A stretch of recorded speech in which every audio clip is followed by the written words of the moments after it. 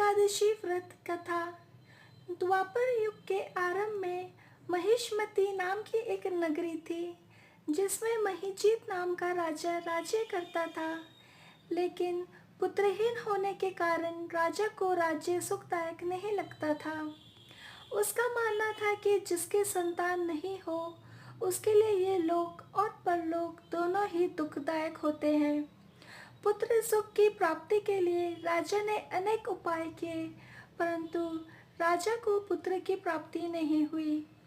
वृद्धावस्था आती देखकर राजा ने प्रजा के प्रतिनिधियों को बुलाया और कहा, हे प्रजाजनों, मेरे खजाने में अन्याय से उपार्जन किया हुआ धन नहीं है, ना मैंने कभी देवताओं तथा ब्राह्मणों का धन छीना है, किसी दूसरे की धरोहर भी मैंने नहीं ली। प्रजा को पुत्र के समान पालता रहा। मैं अपराधियों को पुत्र तथा बांधवों की तरह दंड देता रहा। कभी किसी से घृणा नहीं की, सबको समान माना है।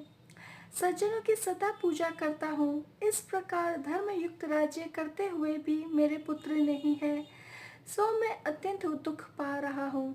इसका क्या कारण है? राजा महीजीत की इस बात को विचारने के लिए मंत्री तथा प्रजा के प्रतिनिधि वन को गए। वहां बड़े बड़े ऋषि मुनियों के दर्शन किए। राजा की उत्तम कामना की पूर्ति के लिए किसी श्रेष्ठ तपस्वी मुनि को देखते फिरते रहे। एक आश्रम में उन्होंने एक अत्यंत वयोवृद्ध धर्म के ज्ञाता, बड़े तपस्वी, परमात्मा में मन लगाए हुए, निराहार, जितात्मा, जित क्रोध, सनातन धर्म के गुण तत्वों को जानने वाले, समस्त शास्त्रों के ज्ञाता महात्मा लोमेश मुनि को देखा, जिनका कल्प के व्यतीत होने पर एक रोम गिरता था। सबने जाकर ऋषि को प्रणाम किया। उन लोगों को देखकर मुनि ने पूछा कि आप लोग किस कारण से आए हैं? निसंदेह मैं आप लोगों का हित करूंगा। मेरा जन्म केवल दूसरों के उपकार के लिए हुआ है, इसमें संदेह मत करो।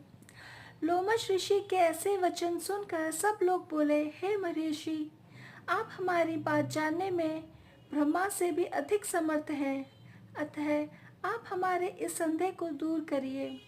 महिष्मती पुरी का धर्मात्मा राजा महीजीत प्रजा का पुत्र के समान पालन करता है, फिर भी वह पुत्रहीन होने के कारण दुखी है।